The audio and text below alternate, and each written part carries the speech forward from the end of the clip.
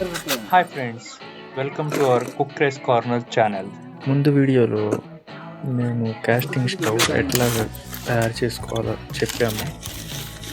ఇప్పుడు ఆ casting stove మీద చాయ్ ఎలా తయారు చేసుకోవాలనేది ఈ వీడియోలో చూద్దాం.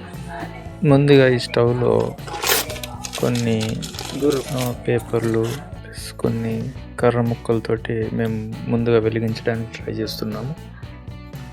ఒకసారి మంట వెలిగిన తర్వాత బ్లోవర్ తోటి ఆ మంటని కొంచెం పెంచేలాగా ప్రయత్నిస్తున్నాము.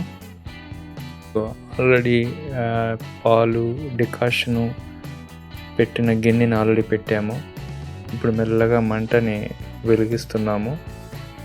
రాబోయే వీడియోల్లో మరిన్ని గుమగుమలాడే వంటలు ఇదే కాస్టింగ్ స్టవ్ మీద మేము మీకు షేర్ చేస్తాం. ఈ వీడియో కనుక మీకు నచ్చినట్టయితే లైక్, షేర్ అండ్ సబ్స్క్రైబ్ చేయండి. ఎట్లా మరుగుతుందో చూడండి చాయ్. ఇప్పుడు మన మెగాస్టార్ గారు చెప్పినట్టుగా చాయ్ చటుక్కున తాగరా అబ్బాయి. రెడీ అయిన చాయ్ని చటుక్కున తాగేద్దాం.